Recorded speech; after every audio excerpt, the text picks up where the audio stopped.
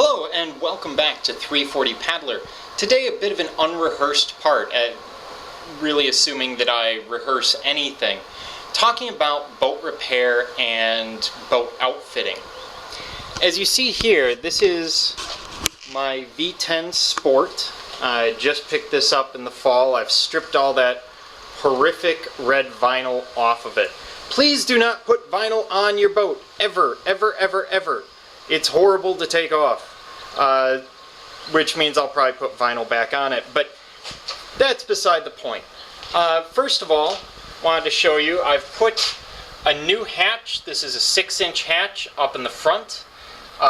Originally, it had a small 4-inch hatch, that one, and it's just big enough to drop a 6-inch hatch into.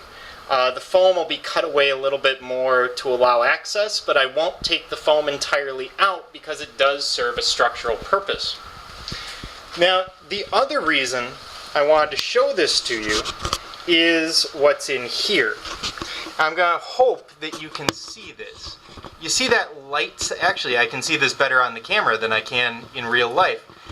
What you're looking at is a gash that the previous owner put in it and fixed with epoxy. But what he missed is the remainder of the crack, which you can see running back there through the honeycomb. What has happened is when the owner went ahead and simply did an epoxy repair on the exterior, he missed the fact that the Nomex, or the honeycomb, as well as the internal fiberglass, is cracked. So the external fiberglass and the gel coat are really holding that crack together.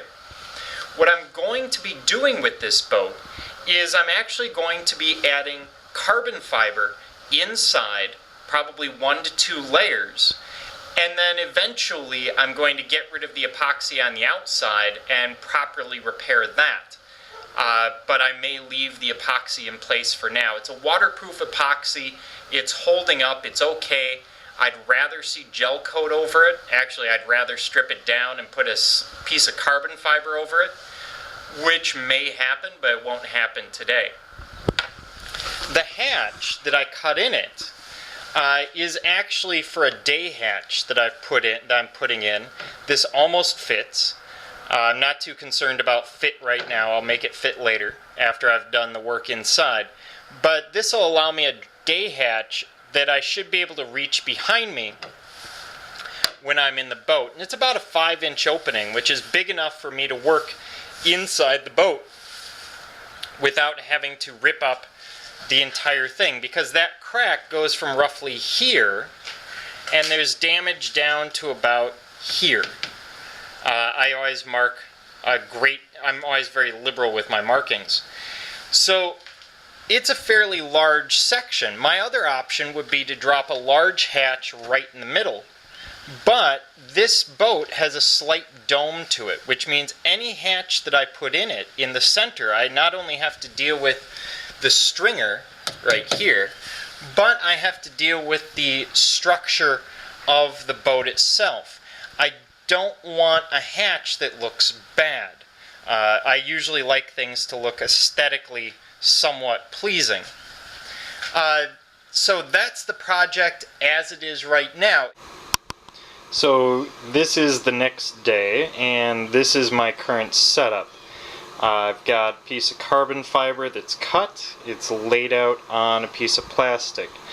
The initial idea, and this could go very wrong, is to wet it out on the plastic, roll it up,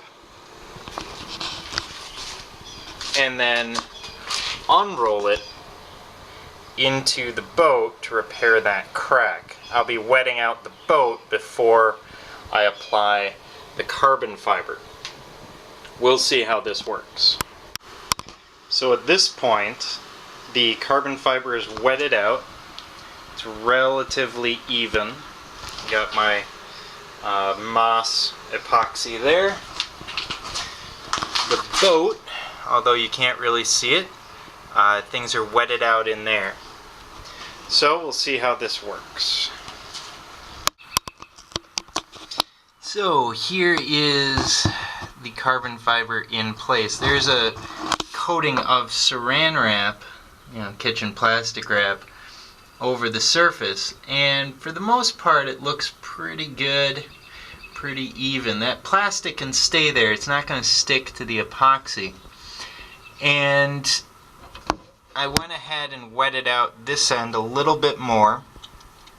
It doesn't look incredibly pretty, but should be more than functional. It goes beyond the spot that I have marked as the repair line, which is good, and hopefully this will hold up. We'll see what happens when I can get a closer look. Alright, and here we are with a more or less finished product. I dropped in the hatch. This is a 5-inch screw-in hatch. It's got a day bag in it, which of course can be removed. And there's our handy dandy repair that was done inside of it. Now I've pushed from the inside, or from the outside, from the bottom of the boat. There's no more flecks there where it had cracked, so I think we've got a pretty good seal on everything. I tried to peel up that carbon fiber. It's stuck pretty darn good on there, so that shouldn't be too much of an issue. Up in the front we have the new large 6-inch hatch. I do need to change out the screws under the hatch because they're rounded, so they're distorting the hatch a little bit when it's on there. It's not enough to be a significant issue, but as you see, it makes it difficult to turn. So I'll take care of that, maybe use some powdered graphite to clean that up. And one other thing I should note is this V10, the back deck has a little bit of an arch to it. So instead of doing what I would normally do, which is just take this and bolt it down good and tight, what I did is I actually left some space, and hopefully you'll be able to see this, right in there between the hatch and the deck. And there's just maybe 1/8 of an inch there. And that's so that I'm not putting too much stress on the back deck. I don't want to distort it, I don't want to cause problems with it. Nothing so far, but it'll be a couple of days to know whether that's going to be an issue. If it is, I'll just back these screws out a little bit and put more sealant behind it, and it should be just fine. It's not going to come out or anything if I back the bolts out, because they're actually fairly long. They're about 1/2-inch bolts. But it will allow for this deck to exist in more of a happy place. And by the way, in the V10 Sport, this is about as close as I could get because of this fixture, which I'm just too lazy to remove.